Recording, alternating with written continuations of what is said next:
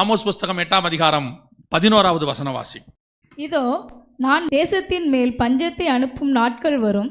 ஆகார குறைவினால் உண்டாகிய பஞ்சமல்ல, ஜலக்குறைவினால் உண்டாகிய தாகமும் அல்ல, கர்த்தருடைய வசனம் கேட்க கிடையாத பஞ்சத்தை அனுப்புவேன் என்று கர்த்தராகிய ஆண்டவர் சொல்லுகிறார். அதுதான் அந்த காலத்துல இருந்த பஞ்சம்.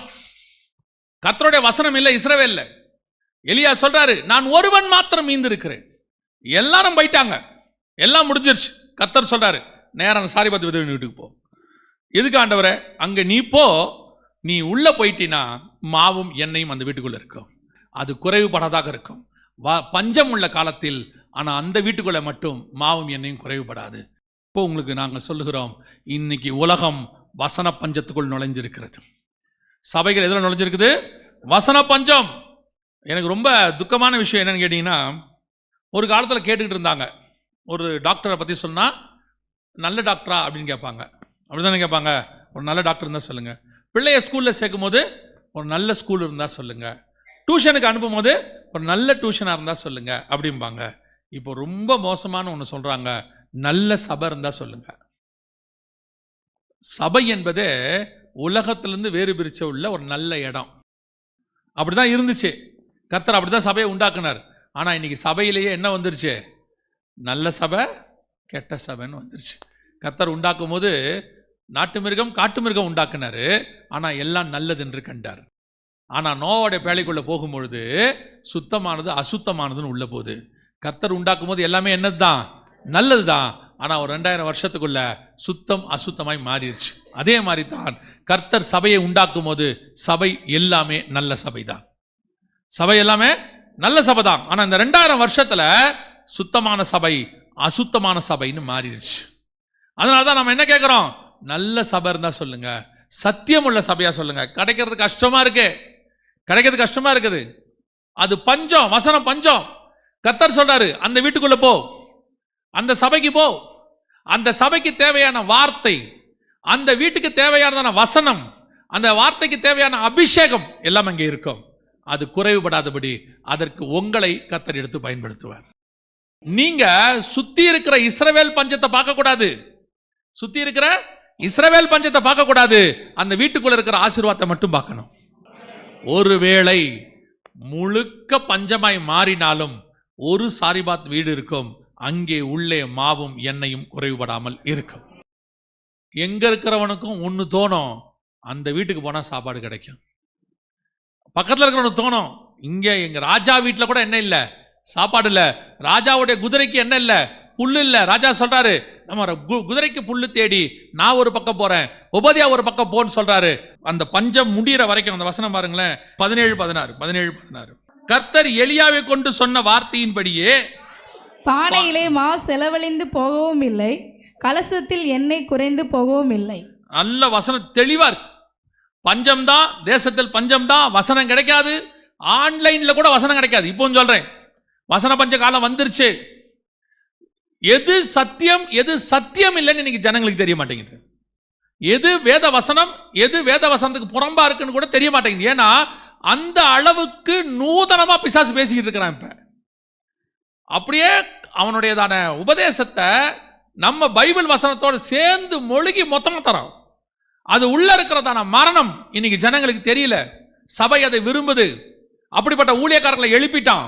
அவர்கள் துணிகரமாய் பேசுகிறார்கள், துணிகரமா பாவத்தை பேசுறாங்க. அப்படிப்பட்ட சூழ்நிலையில ஒரு சில வீடுகளில் மட்டும் மாவும் எண்ணெயும் குறைவுபடாமல் இருக்கும். ஒரு சில சபைகளில் இருக்கும், ஒரு சில ஊழியர்கள் இருக்கும். அந்த வீட்டுக்குள்ள போய் பஞ்சம் முடிகிற வரைக்கும் அந்த வசனத்தை சாப்பிட வேண்டியது உங்களுடைய வேலை. கர்த்தர் உங்களை நடத்துவாரு. தயவு செய்து நல்ல சத்தியத்தை இப்ப கிடைக்கிற காலம் நல்லா உட்கொள்ளுங்க. எவ்வளவுக்கு முடியுமோ அவ்வளோக்கு வேத வசனத்தை வாசிங்க. எவ்வளோக்கு தேவ சமூகத்தில் உட்காரணுமோ ஒரு வசனம் நேரம் கொஞ்சம் நேரம் 10 நிமிஷம் எக்ஸ்ட்ரானா வாட்சை பார்க்காதீங்க. அதுக்கு எப்படி உங்களை கொண்டு போக முடியும்? வசனத்தினால மட்டும்தான் கொண்டு போக முடியும், வேற எதனாலையும் கொண்டு போக முடியாது. கிரியையினால் அல்ல, கிருபையினால். கவனிச்சு கொள்ளுங்க. மாவும் எண்ணெயும் குறைவுபடாத இருக்கிற வீடு தான் கர்த்தரால் ஆசீர்வதிக்கப்பட்ட வீடு. அங்க வழினா எங்க சர்ச்செல்லாம் 7 நாளும் இருக்கும் தெரியுமா? இப்போ அப்படி வைக்க முடியல, ரொம்ப ஆதங்கமா இருக்கு எனக்கு. எங்கள் சர்ச்சு 7 நாள் நடக்கும். காலையில் 5 to 6 ஆராதனை, 5:30 to 6:30 ப்ரேயர் நடக்கும். ஈவினிங் 7 to 8 நடக்கும். செவ்வாய்க்கிழமை ஸ்பெஷல் ப்ரேயர், புதன்கிழமை பைபிள் ஸ்டடி, வெள்ளிக்கிழமை வந்து உபவாச ஜபம், சனிக்கிழமை காத்திருப்பு ஜபம், ஞாயிற்றுக்கிழமை 3 ஆராதனை. 7 நாளும் சர்ச்சு திறந்துருக்கும்.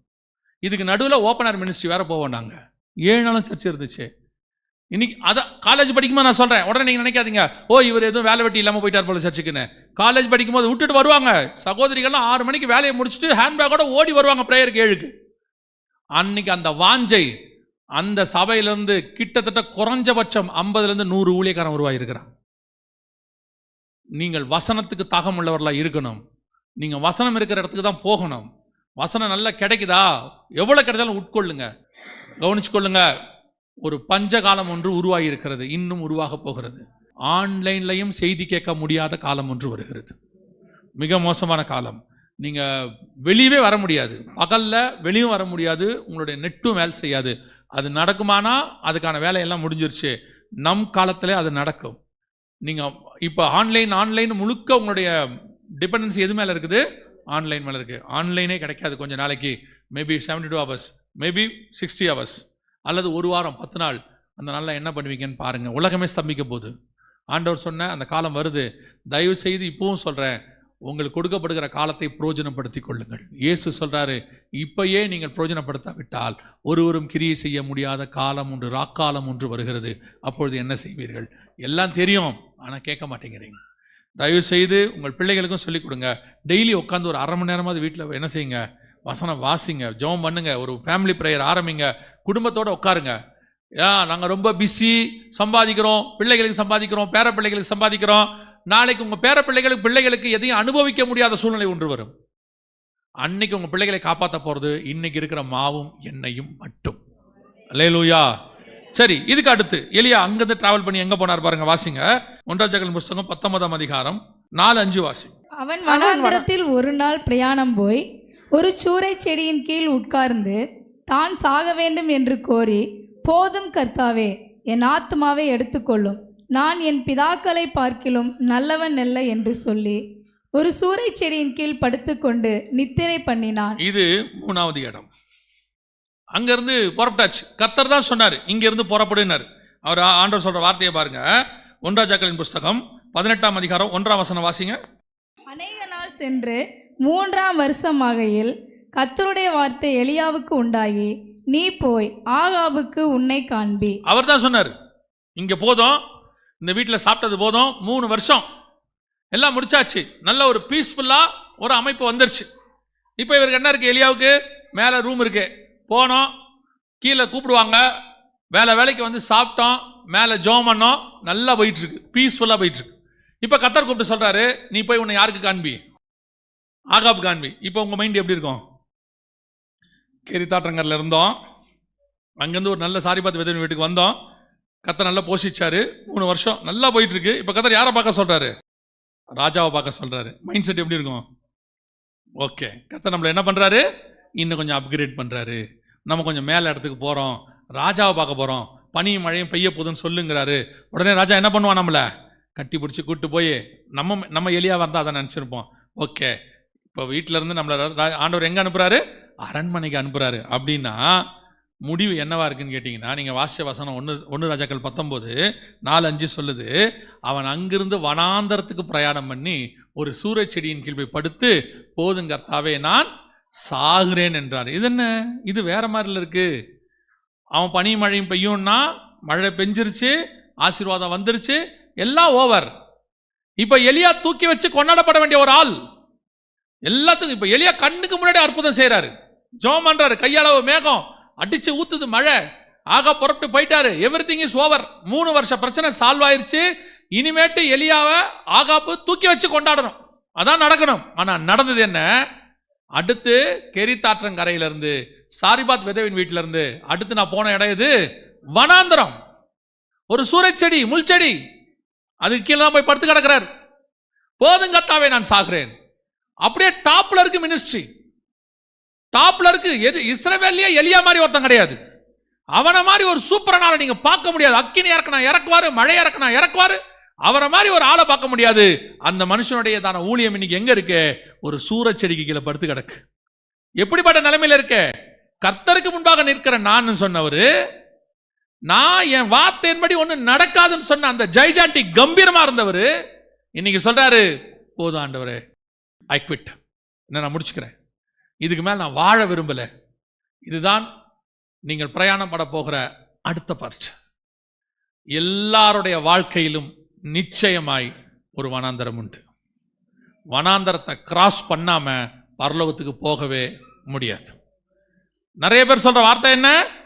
வனாந்தரம்லாம் கிடையாது. பிளஸ்ஸிங்கா பேசுங்க, நெகட்டிவா பேசாதீங்க. பிளஸ்ஸிங்கா பேசினா, பாசிட்டிவா பேசினா அதுக்கு பேர் மோட்டிவேஷனல் ஸ்பீச். இப்போ நம்ம சொல்றோம், பிரச்சனை வரும் வாழ்க்கையில, ஏதோ ஒரு இடத்த நீங்க கிராஸ் பண்ணுவீங்க. இப்போ நீங்க பாருங்க, இஸ்ரவேல் ஜனங்க வராங்க, அவங்கள செங்கடலுக்கு போகாமையே தேவனால் நினைச்சா கானான் கூட்டிட்டு போயிருக்க முடியும். நீங்க போய் மேப்பை பாருங்க, செங்கடல் போகாம எங்க போலாம்? கானானுக்குள்ள போகலாம், வழி இருக்கு. ஆனா கர்த்தர் அவர்களை செங்கடல் வழியாய் நடத்தினார்னு இருக்கும். You must cross. ஒரு செங்கடல் வரும், நடுவில் ஒரு வனாந்தரம் வரும். யார் வேணா இருக்கட்டும், எந்த பரிசுத்தவான் வாழ்க்கையை எடுங்க. ஆபிரகாம் ஒரு பஞ்ச காலத்துக்குள் கடந்து போனார், ஈசாக்கு ஒரு பஞ்ச காலத்துக்குள் கடந்து போனார், யாக்கோபு லாபான் வீட்டுக்கு கடந்து போகும் ஒரு வனாந்தரத்தை கடந்து போனார், யோசேப்பு சகோதரரால் அடிக்கப்பட்டு சிறைச்சாலைக்கு போனார். இஸ்ரவேல் ஜனங்கள் 40 வருஷம் வனாந்தரத்தில் சுத்தி திரிந்தார்கள். தானியேல் கைவிலங்கு மாட்டப்பட்டு கொண்டு போகப்பட்டார். மொர்தேக்காய் கைவிலங்கு மாட்டப்பட்டு கொண்டு போகப்பட்டார். நீங்க பைபிள்ல யார வேணாலும் எடுங்க, வனாந்தரத்துக்கு போகாத ஆள் கிடையாது. வாழ்க்கையில ஏதோ ஒரு சிச்சுவேஷன்ல நீங்க ஒரு வனாந்தரத்தை கிராஸ் பண்ணுவீங்க. எல்லாருக்கும் ஒரே வனாந்தரம் இருக்காது. இவனுக்கு சீன் வனாந்தரம் இருக்கும், அவனுக்கு பேர்சபா வனாந்தரம் இருக்கும், அவனுக்கு தமஸ்கு வனாந்தரம் இருக்கும். ஆனா ஒருத்தருக்கும் ஒரு வனாந்தரம் இருக்கும். அந்த வனாந்தரம் தான் உன்னை உருவாக்கும். அந்த வனாந்தரம் தான் பிரமாணத்தை கற்றுக்கொள்ள வைக்கும். அந்த வனாந்தரம் தான் இன்னும் விசுவாசத்தை உண்டாக்கும். இப்ப இஸ்ரவேல் ஜனங்க வனாந்தரத்துக்கு போலன்னு வச்சுக்கோங்க, அவங்க அங்க போல. இப்ப என்ன ஆகும் தெரியுமா? அவங்க லைஃப்ல மன்னாவை பார்த்துருக்கவே மாட்டாங்க. அவங்க ஏன்னா 3 நாள்ல இஸ்ரவேலுக்கு போயிடுவாங்க. மன்னாவை பார்த்துருக்க மாட்டாங்க, கண்மலை தண்ணியை பார்த்துருக்க மாட்டாங்க, மேகஸ்தம்பம், அக்னி ஸ்தம்பம் எதுவுமே பார்த்துருக்க மாட்டாங்க. அவங்க வாழ்க்கையில உருவாக்குறதுக்கான எந்த வேலையுமே நடந்திருக்காது. விசுவாசத்துக்கான ஏதுவானது ஒண்ணுமே இருக்காது. அவன் என்ன பண்ணிருப்பான்? எகிப்தை கொள்ளையிட்டான், நேராக கானானுக்கு போயிட்டான். அவனுக்கு ஒண்ணுமே தெரியாது. இவ்வளவு தூரம் நடத்தி கொண்டு வந்தவனே முறுமுறுத்தானே, ஒண்ணுமே இல்லாம கூட்டு போய் விட்டு என்ன இருக்கும்? வனாந்திரம் எப்பவுமே என்ன செய்யும்? உங்களை உருவாக்கும். அதனால தான் அவர் சொல்லுவாரு, நான் உபத்திரவப்பட்டது நல்லது, அதனாலே உமது பிரமாணங்களை. ஒவ்வொரு சூழ்நிலையை கிராஸ் பண்ணி வரும்போதும் ஒரு பாடம் உங்களுக்கு கிடைக்கும். அந்த பாடம் உங்களுக்குரியது மட்டுமல்ல, உங்கள் சந்ததிக்குரியது, அடுத்த தலைமுறைக்குரியது. சில நேரங்களில் உங்களை கர்த்தர், நீங்கள் ஆண்டவர் ஏற்றுக்கொண்டிருப்பீங்க. நான் ஒரு சாட்சி கேட்டேன். ஒரு சகோதரி ஆண்டவர் நல்லா ஏற்றுக்கிட்டாங்க, நல்ல விசுவாச வாழ்க்கையில் இருக்கிறாங்க, குழந்தையே இல்லை, அவங்களுக்கு குழந்தையே இல்லை. அவங்களும் ஜெபம் பண்ணுறாங்க, அழுகுறாங்க, கதறாங்க, குழந்தையே இல்லை, ஏனும் தெரியல. அந்த இடத்துக்கு அந்த சகோதரிகிட்ட இன்னொரு சகோதரி வராங்க. அவங்க வந்து சொல்கிறாங்க, நான் கல்யாணம் ஆகி 10 வருஷம் ஆச்சு, எனக்கு குழந்தை இல்லை, எங்கள் மாமியாரெல்லாம் என்னை குடும்பப்படுத்துகிறாங்க, நான் சூசைட் பண்ணிக்கலான்னு போகிறேன். அந்த சகோதரியோட பெயின் என்னன்னு இந்த சகோதரிக்கு தான் தெரியும். இவர்கள் அவர்களுக்கு ஆலோசனை கொடுக்குறாங்க. இவங்களுக்கு ஒரு குழந்தை பிறக்குது. இப்போ இவங்க அவங்களுக்கு சொல்கிறாங்க, எனக்கு குழந்தை கொடுத்த தேவன் உனக்கும் கொடுப்பார். இவங்க அவங்களுக்கு பாடமாய் மாறிட்டாங்க. இது மாதிரி எல்லாருடைய வாழ்க்கையில் இருக்கும். உங்களை நடத்துறதுக்கு பின்னாடி கர்த்தர் உங்களை மட்டும் வனாந்தரத்துக்கு நடத்தலை, ஒரு சந்ததியை காப்பாற்றுவதற்காக உன்னை நடத்துகிறார். நீங்கள் ஒரு சந்ததிக்கு அடையாளம், ஒரு முன் உதாரணம். அதுக்கு தான் கர்த்தர் நடத்துகிறார். இப்போ யோசிச்சு பாருங்க, இஸ்ரவேல் ஜனங்கள் வனாந்தரத்துக்கு போனாங்க. அதுக்கப்புறம் 4000 வருஷமா அதை நம்ம படிச்சுக்கிட்டே இருக்கிறோம். நம்ம கடந்து போகும்போது அதை படிக்கிறோம், பாடலாக பாடுறோம், விசுவாசத்தில் வளர்றோம். கர்த்தர் நம்மை காப்பாற்றுகிறார் அந்த விசுவாசத்துக்கு ஏதுவாக. அல்லேலூயா. அப்போ நீங்கள் கடந்து போக வேண்டிய இடம் எங்கே வரும்? வனாந்தரம் ஒன்று வரும். எல்லா காலத்திலும் வரும். ஒரு வனாந்தரம் இருக்க தான் செய்யும். அப்போ நல்லா தெரிஞ்சுக்கொள்ளுங்க, உலகத்தில் உங்களுக்கு உபத்திரவம் உண்டு. நீங்கள் சில சூழ்நிலைகளை அதை கடந்து போக வேண்டி இருக்கும். ஆனால் ஒன்று மட்டும் உத்தரவாதம் இருக்கு. நான் சொல்லுவேன், வனாந்தரத்தில் ஒரு நாளும் நீங்கள் சாகிறது இல்லை. வனாந்தரத்தை கிராஸ் பண்ணுவீங்களே ஒழிய அந்த வனாந்தரம் ஒரு நாளும் உங்களை கொன்று போடாது. இது வரைக்கும் கர்த்தரை நம்பாமல் செத்தவங்க தான் வனாந்தரத்தில் இருக்காங்களே ஒழிய கர்த்தரை நம்பி ஒருத்தன் கூட வனாந்தரத்தில் செத்ததே கிடையாது. எனக்கு ஆண்டவர் சொல்லி கொடுத்தார், ஒரு பிரச்சனை வரும்போது, ரொம்ப சீரியஸ் பிரச்சனை, நானும் இதே வார்த்தையை கர்த்தர்கிட்ட சொல்லியிருக்கிறேன், போதும் கர்த்தாவே நான் சாகிறேன். இதே மாதிரி சொல்லியிருக்கேன், இல்லை ஆண்டவரை நான் உயிரோடு இருக்க விரும்பலை. இதே சூழ்நிலை வரும்போது ஆண்டவர் என்கிட்ட சொன்னது, இஸ்மவேல் என்கிறதான ஒரு வாலிபன் வனாந்தரத்துக்கு அவங்க அம்மா தூக்கிட்டு போகிறாங்க. அவங்க கூட்டிகிட்டு போகும்போது அந்த பையனுக்கு ஒரு 16லேருந்து 20 வயசு இருக்கும். யாருக்கு? அந்த இஸ்மவேலுக்கு. அந்த பையனை கூட்டிகிட்டு போகிறாங்க. தாகம், தண்ணி, சூரச்செடி கீழே படுக்கிறான். இதே எலியா படுத்த அதே இடம் தான் அவனும். பேர்சபா வனாந்தரம், ஒரு சூரச்செடி கீழே தான் போட்டாங்க அவங்க அம்மா அவனை. ஆனால் அந்த மனுஷனை சாக விடாமல் கர்த்தர் ஒரு நீரூற்றை கொண்டு வந்து அவனை போஷிக்க வல்லமை உள்ளவராக இருந்தார். ஆனால் அந்த இஸ்மவேல் யார் தெரியுமா? துஷ்ட மனுஷன்னு பைபிள் சொல்லுது. உனக்கு ஒரு குமாரனை தருவேன், அவனுக்கு இஸ்மவேல் என்று பெயரிடுவாயாக, அவன் துஷ்ட மனுஷனாய் இருப்பான்.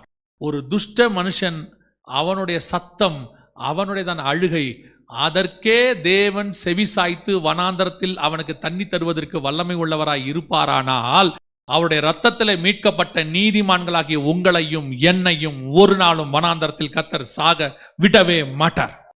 ஒரு நாளும் விட மாட்டார். நீங்க விசுவாசமா இருங்க. ஆனா வனாந்தரம் வரும், வராம இருக்கவே இருக்காது. Without pain no gain. ஆனா இந்த மாதிரி பிரசங்கம் பண்றான்ல ஒரு குரூப், அதெல்லாம் கவலைப்படாதீங்க, வனாந்தரமே இல்லை, கஷ்டமே இல்லை, கண்ணீரே இல்லை. அவன் லைஃப்லலாம் இருக்கு, அவன் லைஃப்லலாம் இருக்கு. ஆனா மறைச்சிக்கிட்டு உங்களை ஏமாத்துறான், மறைச்சிட்டு ஏமாத்துறான். கவனிச்சு கொள்ளுங்கள். நாம் கடந்து போகிற பாதைகளிலே சில நேரங்களிலே மிருகங்கள் வரும். இயேசு காட்டு மிருகத்தோடு கூட சஞ்சரித்தார். சில வனாந்தரம் வரும், சில முட்செடிகள் வரும். ஆனால் கர்த்தர் எப்படி போஷிப்பார் தெரியுமா? வாசிங்க 1 ராஜாக்களின் புஸ்தகம் 19ஆம் அதிகாரம் 5வது வசனம் வாசிங்க. ஒரு சூரை செடியின் கீழ் படுத்துக்கொண்டு நித்திரை பண்ணினான். அப்பொழுது ஒரு தூதன் அவனை தட்டி எழுப்பி, எழுந்திருந்து போஜனம் பண்ணு என்றான். அவன் விழித்து பார்க்கிற போது இதோ தழலில் சுடப்பட்ட அடையும் ஒரு பாத்திரத்தில் தண்ணீரும் அவன் தலைமாட்டில் இருந்தது. அப்பொழுது அவன் புசித்து குடித்து திரும்ப படுத்துக்கொண்டான். இப்போ சாரிபாத் விதவின் வீடும் இல்லை, ஊருக்குள்ள போகவே முடியாது. சொல்லிட்டாங்க, நாளைக்கு இந்நேரம் உன் தலை வாங்கப்படும். கேரித்தாற்றங்கரையில் தண்ணியும் வத்தி போச்சு, அங்கேயும் போக முடியாது, காக்காவும் கொண்டாராது. இப்போ ஒரு பக்கம் ஏசபரோட ஆட்கள் தேடுறாங்க, ஒரு பக்கம் எல்லாம் விரட்டுறான். 24 hours தான் டைம். எங்கிருந்து சாப்பாடு வராத ஒரு சூழ்நிலை வருது. கர்த்தர் சொல்றாரு, இந்த உலகத்தில் இந்த பூமியில ஒருத்தவனை போஷிக்க முடியாட்டி நீ கவலைப்படாத, பரலோகத்திலிருந்து நேரடியாய் கர்த்தர் உன்னை போஷிக்க வல்லமை உள்ளவராய் இருக்கிறார். த ஹெவன்லி கைடன்ஸ் வரும். எப்படிங்க வரும்? தூதன் கொண்டு வருவான். நடக்குமா? நடக்கும். தேவனால் கூடாத காரியம் ஒன்றுமில்லை. அத்தனை பேரும் சேர்ந்து வழிவாசலை அடைச்சு எல்லாத்தையும் முடிச்சு, இவன் தொலைஞ்சான், இவன் இல்லை, இதோட முடிஞ்சான்னு சொல்லுவாங்க. பரலோகம் சொல்லும், நான் சொல்ற வரைக்கும் ஒரு வயலும் உன்னை சாகடிக்க முடியாது. உன்னை உயிரோட வைக்கிற தேவன் நான், உன்னை போஷிக்கிற தேவன் நான். எப்படி போஷிப்பேன், ஏதா போஷிப்பேன் கேட்காத, நினையாத வழியில கர்த்தர் போஷிப்பார். எதிர்பார்க்காத வழியில வரும். எப்படி வரும்லாம் தெரியாது, வரும். அவர் நினைச்சாருன்னு வச்சுக்கோங்களேன். சமீபத்தில் இங்கே தான் பக்கத்தில் ஒரு சாட்சி நடந்துச்சு. உங்கள் மேட்டுப்பாளையம் அது இதுக்கு பக்கத்தில், அன்னூருக்கு பக்கத்தில் ஒரு சாட்சி. அந்த ஊழியக்காரர் சொன்னார், பயங்கர கஷ்டம், பயங்கர கஷ்டம். அவர்கிட்ட வீட்டில் மனைவி பிள்ளைகளுக்கு சாப்பாடு இல்லாத அளவுக்கு அவர் தான். ஆனால் ஊழியக்காரர் அந்த நிலைமைக்கு வந்துட்டார். காலையில் 5:30 மணிக்கு ஒரு மனுஷன் கதவை தட்டுறாரு. அவர் எங்கே இருக்காருன்னா, அவருடைய வீட்டிலேருந்து 65 கிலோமீட்டர் தள்ளி இருக்கிறார் ஒரு பணக்காரர். அவர் வீட்டில் கர்த்தர் சொன்னாராம், என் மகன் சாப்பாடு இல்லாமல் இருக்கான், நீ எல்லாத்தையும் எடுத்துக்கிட்டு அவன் முழிக்கிறதுக்குள்ளே கொண்டு கொடுத்துடணுன்னாரான். அவன் காலங்காத்தால் என்னை ஜெபம் பண்ண ஆரம்பிப்பான், அவன் ஜெபிக்கிறதுக்குள்ளே நீ கொடுத்துடணும். அந்த மனுஷன் நைட்டோட நைட்டாக போய் மளிகை சாமானெல்லாம் வாங்கி காலையில் 4 மணிக்கு கிளம்பி 5 மணிக்கெலாம் வந்து கொடுத்துட்டாப்புல. கர்த்தர் நினைத்தால் எவனையும் தூங்க விட மாட்டார் நம்மை போஷிப்பதுக்கு. கர்த்தர் எப்பேற்பட்ட தேவன்! அவரை நம்பி வந்தவர்களை ஒரு நாளும் வனாந்தரத்தில் கர்த்தர் கை விடுகிறதே இல்லை, ஒரு நாளும் விட மாட்டார். தடலில் சுடப்பட்ட அடை வரும், பரலோகத்திலிருந்து தேவனால் கொடுக்கப்படுகிற பிளஸிங் வரும். இது சாரிபாத் விதவின் வீடு மாவும் இல்லை, காக்கா கொண்டு வர இறைச்சியும் கிடையாது, மாம்சம் கிடையாது, பரலோகத்திலிருந்து வரும். தூதன் கொண்டாடுவான். எப்படி வரும், எங்கிருந்து வரும் தெரியாது, முன்ன பின்ன தெரியாத ஆளை கர்த்தர் அனுப்புவார். தூதன் மாதிரி வருவான், கொடுத்துட்டு போயிட்டே இருப்பான். கவனிங்க, எதுக்கு சொல்றேன்னா, பல நேரங்களில் பரலோகம் நம்மளை எப்படி காப்பாத்துது நமக்கு தெரியாது. ஒவ்வொரு நிமிஷமும் காப்பாத்துது, ஒவ்வொரு செகண்டும் காப்பாத்திக்கிட்டு இருக்குது. பரலோகம் வானத்திலிருந்து தூதனை அனுப்பும். எல்லா சூழ்நிலைகளும் பரலோகனை போஷித்து கொண்டே இருக்கு. ஆனா கர்த்தர் அந்த வனாந்தரத்துக்கு நேரம் தான் நடத்துவார். அதை நீங்க கிராஸ் பண்ணி தான் போகணும், வேற வழி கிடையாது. You must cross. இப்போ வனாந்தரத்துக்கு அடுத்து தலையில் சுடப்பட்ட அடை கொடுத்தாச்சு, எலியா சாப்பிட்டாரு, நல்லா போஷிக்கப்பட்டாச்சு. இப்ப வாசிங்க பார்ப்போம். 1 ராஜாக்களின் புஸ்தகம் 19ஆம் அதிகாரம் 8-9 வசனங்கள் வாசி. அப்பொழுது அவன் எழுந்திருந்து புசித்து குடித்து அந்த போஜனத்தின் பலத்தினால் 40 நாள் இரவு பகல் ஓரேப் என்னும் தேவனுடைய பர்வதம் மட்டும் நடந்து போனான். அங்கே அவன் ஒரு கெபிக்குள் போய் தங்கினான். இதோ கர்த்தருடைய வார்த்தை அவனுக்கு உண்டாகி, அவர், எலியாவே, இங்கே உனக்கு என்ன காரியம் என்றார். இதுதான் ஃபைனல், கடைசி. எதுக்காக சொல்றேன்னா, உங்களுடைய சோதனையினுடைய கடைசி பார்ட் இதுதான். இப்போ எலியா கர்த்தர் தலையில் சுடப்பட்ட அடை கொடுத்துட்டாரு, தண்ணி கொடுத்துட்டாரு. அது எப்பேற்பட்ட பலன் அப்படின்னு கேட்டிங்கன்னா, இரவும் பகலும் 40 நாள் நடக்கிறதுக்கு தேவையான பலன் அந்த அடையிலையும் தண்ணியிலையும் இருந்துச்சு. அதான் கர்த்தருடைய வார்த்தை. பரலோகத்திலிருந்து உங்களுக்கு கொடுக்கக்கூடிய வார்த்தை எப்படிப்பட்டதாக இருக்கும்னு கேட்டிங்கன்னா, உங்கள் வாழ்நாள் முழுவதும் நடத்துவதற்கு தேவையான, ஊழியத்தை நடத்துவதற்கு தேவையான வாக்கு தத்தத்தை ஒரு வாக்கு தத்தத்தில் கர்த்தர் நடத்த வல்லமை உள்ளவராக இருக்கிறார். இரவும் பகலும் 40 நாள் நடந்து அவர் போயிடுவார். ஆனா கர்த்தர் கேட்கிற கேள்வி பாருங்க, வாசிங்க அந்த வசனம், 9ஆம் வசனம் வாசிங்க. அங்கே அவன் ஒரு கெபிக்குள் போய் தங்கினான். இதோ கர்த்தருடைய வார்த்தை அவனுக்கு உண்டாகி, அவர், எலியாவே, இங்கே உனக்கு என்ன காரியம் என்றார். ஏன் ஆண்டவருக்கு தெரியுமா தெரியாதா ஏன் வந்தாருன்னு? இவர் ஏன் இங்க வந்தாருன்னு தெரியுமா தெரியாதா? இப்ப எலியா உட்காந்து எக்ஸ்பிளைன் பண்றாரு ஆண்டவருக்கு. என்ன எக்ஸ்பிளைன் தெரியுமா? ஆண்டவரே, நான் ஒருத்தன் தான் மிச்சம், எல்லாரையும் போட்டு தள்ளிட்டாங்க, எல்லாரும் செத்துட்டாங்க, நான் மட்டும் மிச்சம். இவ்வளவு சொல்லி முடிச்ச உடனே அடுத்து வாசிங்க 13 வாசிங்க. அப்பொழுது இதோ எலியாவே, இங்கே உனக்கு என்ன காரியம் என்கிற சத்தம் அவனுக்கு உண்டாயிற்று. திருப்பி சேம் கொஸ்டின். இங்க என்ன பண்ணிட்டு இருக்கிற அப்படின்னு கேட்கிறாரு. நம்ம பாஷையில் சொன்னோம்னா, இங்க என்ன பண்ணிட்டு இருக்கிற அப்படிங்கிற. இவன் இங்க வந்ததே அவர் சாப்பிட்ட சாப்பாடுல தான் வந்தான். இரவும் பக்கம் 40 நாள் நடந்தான். ஆனா அங்க வந்த உடனே கர்த்தர் கேட்கிறாரு, இங்க என்ன பண்ணிட்டு இருக்கிற. இப்போ இவர் உட்காந்து அவருக்கு எக்ஸ்பிளைன் பண்றாரு எல்லாத்தையும். ஆண்டவரே, இந்த மாதிரி யேசபேல் தேண்டாங்க, எல்லாரும் சோரம் போயிட்டாங்க, பாகாலுக்கு முன்பாக முழங்கால் படிக்கிட்டாங்க, முத்தம் பண்ணிட்டாங்க, நான் மட்டும்தான் மிச்சம். எல்லாம் கேட்டு முடிச்சுட்டு கர்த்தர் கேட்கிறாரு, அதெல்லாம் இருக்கட்டும், இங்க என்ன வேலை உனக்கு. இவர் திருப்பி எக்ஸ்பிளைன் பண்றாரு. அதற்கு அவன், சேனைகளின் தேவனாகிய கர்த்தருக்கு நான் வெகு பக்தி வைராக்கியமா இருந்தேன். செகண்ட் டைம் எக்ஸ்பிளைன் பண்றாரு. ஆண்டவர் சொல்றாரு, அதெல்லாம் இருக்கட்டும்டா, இங்கே ஏன் வந்த. இதுதான் நாம பண்ண போற லாஸ்ட் மிஸ்டேக்னு வச்சுக்கோங்களேன்.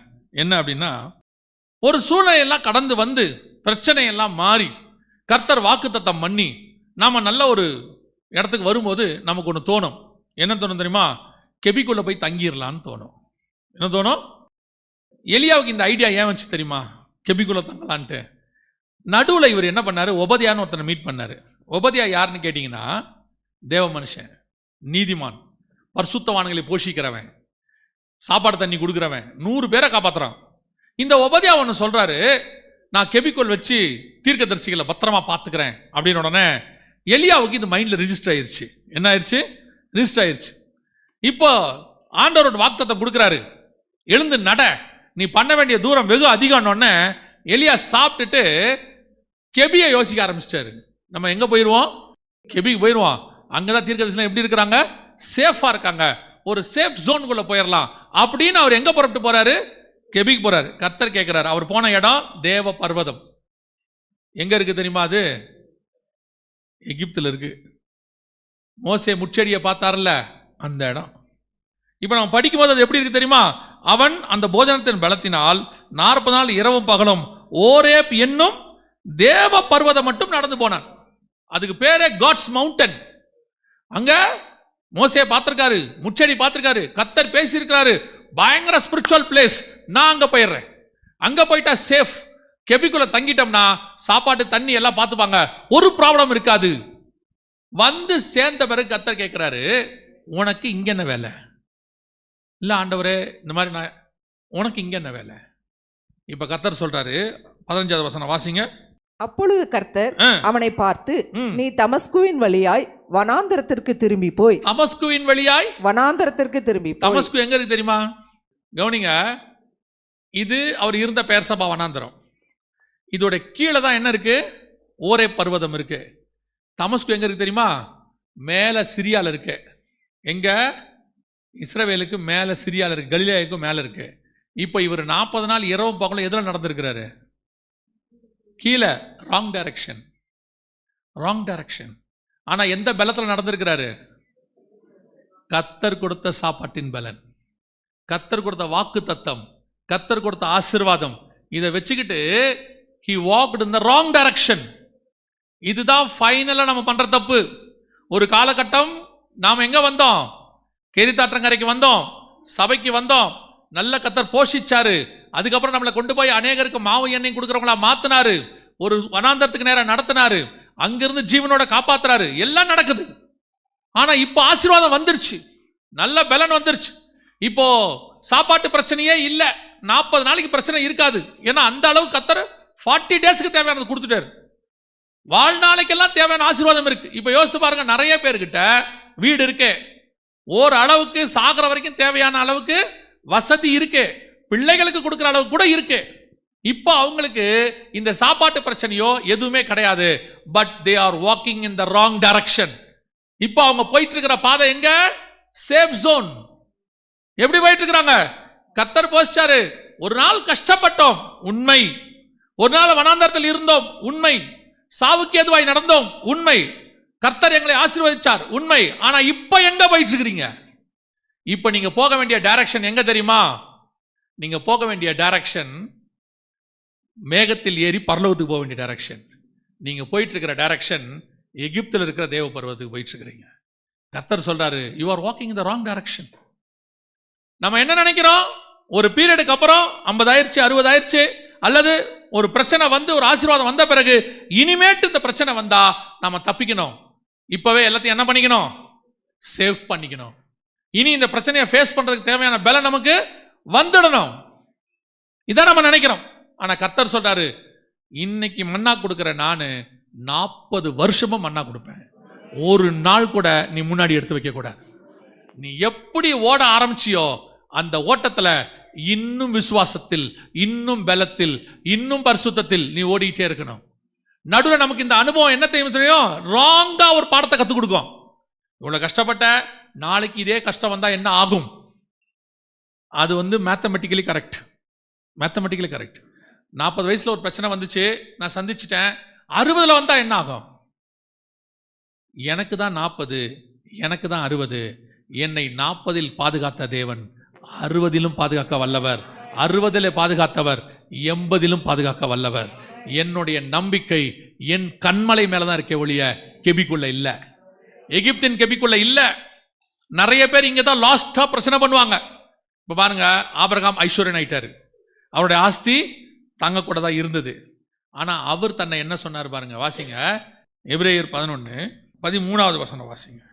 இவர்கள் எல்லாரும் வாக்குத்தத்தம் பண்ணப்பட்டவைகளை அடையாமல் தூரத்திலே அவைகளை கண்டு நம்பி அணைத்து கொண்டு பூமியின் மேல் தங்களை அந்நியரும், பூமியிலே தங்களை அந்நியரும், ஸ்ட்ரேஞ்சர்ஸ், அந்நியரும்னா ஸ்ட்ரேஞ்சர்ஸ், அடுத்து பரதேசிகளும், பரதேசிகள்னா டிராவலர்ஸ், நோமாடிஸ் அல்லது அகதிகள். வசனம் சொல்லுது, எங்கிட்ட ஆஸ்தி இருக்கு, சேஃப் ஜோன், நான் கானானுக்கு வந்த மாதிரி இப்ப இல்லை, கர்த்தர் என்னை பெருக பண்ணினார், எல்லாம் உண்மை. ஆனால் நான் என்னை பொறுத்த வரைக்கும் இன்னும் அந்நியனும் பரதேசியுமாய் இருக்கிறேன். நான் எப்படி கானான் ஆரம்பிச்சனோ அதே மாதிரி தான் என் இருதயம் இன்னைக்கும் இருக்கு. அன்னைக்கு எப்படி விசுவாசத்தில் இருந்தேனோ இன்னைக்கும் அதே நம்பிக்கை. என் நம்பிக்கை என்னை சுற்றி இருக்கிற ஆடு மாடுகள் மேலே இல்லை, வேலைக்காரர்கள் வேலைக்காரிகள் மேலே இல்லை, என்னை சுற்றி இருக்கிற லேண்டு மேலே இல்லை. என் நம்பிக்கை முழுவதும் கர்த்தர் பேரில் இருக்கிறது. நான் சொல்றேன், கர்த்தர் உங்களுக்கு கொடுக்கிற தலையில் சுடப்பட்ட அடை கெபியில போய் சேஃப் ஜோன்ல தங்குவதற்கு அல்ல. உங்களை கர்த்தர் கொடுத்த அந்த 40 நாள் நடக்க வேண்டியது மேகத்தை நோக்கி. நீங்கள் யோர்தானை நோக்கி நடந்திருக்கணும். பேர்சபால இருந்து யோர்தான் நோக்கி நடந்திருப்பீர்களானால் அடுத்து நீங்கள் மேகத்தின் மேல் எடுத்துக்கொள்ளப்படுகிற இடத்துக்கு போகணும். இதுதான் லாஸ்ட் ஒரு பிரச்சனை ஒன்று வரும். நம்மளை அறியாமலேயே ஆரம்பிக்கும் போது இந்த விசுவாசம் முடிக்கும் போது வராது. உங்க விசுவாச வாழ்க்கை ஆரம்பிக்கும் போது இருந்த விசுவாசம் முடிக்கும் போது வராது. அதனால்தான் அவர் சொல்றாரு, விசுவாசத்தை துவக்கினவரும் முடிக்கிறவரும். அந்த துவக்கிறவருக்கு முடிக்க தெரியும். ஏன்னா நீங்களும் நானும் இந்த உலகத்தில் இருக்கிறோம், நமக்கு தான் டைம். அவர் டைமே இல்லாத எட்டர்னல்ல இருக்கிறாரு. அவர் அழகா பாதுகாப்பார். அவர் நினைச்சார்னா செத்து கொஞ்ச நேரமான அந்த எபிரேயன் மகளை உயிரோடு எழுப்புவார். அவர் நினைச்சார்னா செத்து 2 நாள் 1 நாள் ஆன நாயினூர் விதவியின் மகனை உயிரோடு எழுப்புவார். அவர் நினைச்சா செத்து 4 நாள் ஆன லாசரவையும் உயிரோடு கூட எழுப்புவார். அவர் நினைச்சார்னா உலர்ந்த எலும்புகளாய் போனவைகளை மீண்டும் உயிரோடு கூட எழுப்புவார். தேவனால் கூடாத காரியம் ஒன்றுமில்லை. உங்க விசுவாசத்தை துவக்கினவர் முடிக்க வல்லவர். பல நேரங்களில் நீங்க உங்க பெலன்ல ஓடணும்ட்டு கெபிக்குள்ள வந்துருவீங்க. நான் கெபிக்குள்ள வந்துட்டா ஏசபேல் கண்டுபிடிக்காது, கெபிக்குள்ள வந்துட்டா உபதியா போஷிப்பான், கெபிக்குள்ள வந்துட்டா சேஃபா இருப்போம். ஆண்டவர் சொல்வாரு, கேரித்தாற்றங்கரையில் காப்பாத்தின உன்னை காப்பாத்தின நான், சாரிபாத் விதவையின் வீட்டில் உன்னை காப்பாத்தின நான், சூறை செடிக்கு கீழே உன்னை காப்பாத்தின நான், மேகத்தில் கொண்டு போகிற வரைக்கும் காப்பாற்றுவேன். ஏன்னா உன்னை அழைத்தவர் உண்மை உள்ளவர், முடிவு பரியந்தம் நடத்த போதுமானவராக இருக்கிறார். அல்லேலூயா. உன்னை உருவாக்கினவர், கடைசி வரைக்கும் உன்னை நான் தான் நடத்தணுங்கிறதான அந்த வைராக்கியத்தில் இருக்கிறவர், தன்னுடைய மகிமையை ஒருவனுக்கும் கத்தர் கொடுக்க மாட்டார். அல்லேலூயா. இன்னைக்கு அதான் கத்தர் வாக்கு பண்ணுகிறார். உன்னை திஸ்பியனாகிய எலியா, கீலேயாத்தின் குடிகளிலே கண்டுபிடிச்ச எலியா, மேகம் வரைக்கும் உங்களை நடத்த போதுமானவராக இருக்கிறார். எல்லா சூழ்நிலையிலும் போஷிப்பார். காக்கா வச்சு போஷிப்பார், விதவின் வீட்டில் போஷிப்பார், சூரச்செடி கீழே போஷிப்பார். அதற்கு பிறகு போஷிக்க வேண்டிய அவசியமே இருக்காது. நீங்கள் மேகத்துக்குள்ளே போயிருவீங்க, அங்கே புசிப்பும் குடிப்பும் அல்ல. அல்லேலூயா. நாம் ஜெபிக்க போகிறோம். ஏந்திரிக்கலாமா? இந்த பிரயாணம் கொஞ்சம் கடினமாக இருக்கும், ஆனால் கண்டிப்பாக இந்த பிரயாணம் முடிவு பரியந்தம் நடக்கும். ஒரு நாளும் கர்த்தர் கைவிட மாட்டார், ஒரு நாளும் கைவிட மாட்டார். அவர் நமக்கு முன்பாக போவார், அவர் நமக்கு பின்பாக இருந்து பாதுகாப்பார், இடதுபுறம் வலதுபுறம் நிற்பார், மேலே இருந்து பாதுகாப்பார், பாதங்கள் கடிதார்பிக்கு தூதர்களுக்கு கட்டளையிடுவார். 360 டிகிரியில் உங்களை மொத்தமாய் பரலோகம் பார்த்துக்கொள்ளும். 360 டிகிரியில் பார்த்துக்கொள்ளும். சாத்தானுடையதான எது உங்களை தொடாதபடி கர்த்தர் பாதுகாத்துக் கொள்வார். ஆனா நீங்க மட்டும் உங்க பிரயாணத்தை மேகத்தை நோக்கி வச்சுக்கோங்க. நடுவுல கொஞ்சம் இடதுபுறம் வலதுபுறம் வழி விலகிடாதீங்க. மனுஷனை நம்பிடாதீங்க. தேவன் மேல அவிசுவாசப்பற்றாதீங்க. எல்லா சூழ்நிலையிலும் அவர் ரட்சிப்பார். நமக்கு தான் சூழ்நிலைகள் மாறும். கர்த்தர் மாறாதவர், கர்த்தர் மாறாதவர். அவரால் செங்கடலுக்கு நடுவுலையும் உங்களை பாதுகாக்க முடியும், யோர்தானுக்கு நடுவிலையும் பாதுகாக்க முடியும், தண்ணியே இல்லாத வனாந்தரத்திலும் உங்களை பாதுகாக்க முடியும். ஒப்பு கொடுப்போமா? ஒருவேளை இதுவரைக்கும் உங்க ஓட்டத்துல கொஞ்சம் பலகீனம், ஒரு பயம், என்ன செய்வாங்க, என்ன செய்ய போறோம், நாளைக்கு ஏதாவது ஒண்ணுனா என்ன நடக்கும், நம்ம பிள்ளைகளுக்கு என்ன நடக்கும், பேர பிள்ளைகளுக்கு என்ன நடக்கும். ஆண்டவர் சொல்றாரு, நீ எனக்கு எப்படி பிள்ளையோ அப்படிதான் உன் பிள்ளையும் எனக்கு பிள்ளை, உன் பேர பிள்ளையும் எனக்கு பிள்ளை தான். காலகாலமா எல்லாருமே எனக்கு பிள்ளைகளா தான் இருக்கிறார்கள். உண்மையிலே கர்த்தர் என்னோட கூட இடைப்பட்டார்ன்றவங்க மட்டும் ஏதோ ஒரு விதத்துல கர்த்தர் என் கூட பேசினாரு, வார்த்தையில கர்த்தர் என்னை உருவாக்குறாரு, இன்னும் என்னை பலப்படுத்துறாரு அப்படின்றவங்க மட்டும் இந்த கரங்களை தேவனுக்கு நேராக உயர்த்தி, ஆண்டவரே வார்த்தையின்படி என்னை நடத்தும், இந்த வார்த்தையின்படி என்னை நடத்தும். மேகத்துல ஏறி உங்ககிட்ட வர்ற வரைக்கும் ஆண்டவரே, மேகத்துல ஏறி உங்ககிட்ட வர்ற வரைக்கும் என் ஓட்டம் முடிவுக்கு வரவே கூடாது ஆண்டவரே. ஓடிட்டே இருக்கணும். நீங்க கொடுக்கும் போது நான் ரெஸ்ட் எடுக்கணும்.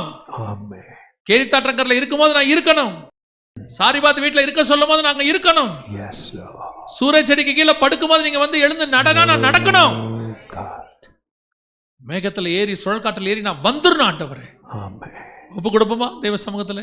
நல்ல தகப்பனே, சர்வ வல்லமையுள்ள எங்கள் ஆண்டவரே, இந்த நாளுக்காக உமக்கு நன்றி. கிருபையுள்ள கரத்தில் எங்களை தாழ்த்துகிறோம். எங்கள் ஓட்டம் ஜெயத்துடன் முடிய, முடிவு பரியந்தம் ஓடி முடிக்க, இடையிலே எதுவுமே எங்களை தடுக்காதபடி, நீங்கள் இருக்க சொல்ல வேண்டிய இடத்தில் இருக்க, நடக்க சொல்ல வேண்டிய இடத்தில் நடக்க எங்களுக்கு கற்றுத்தாரும் ஆண்டவரே.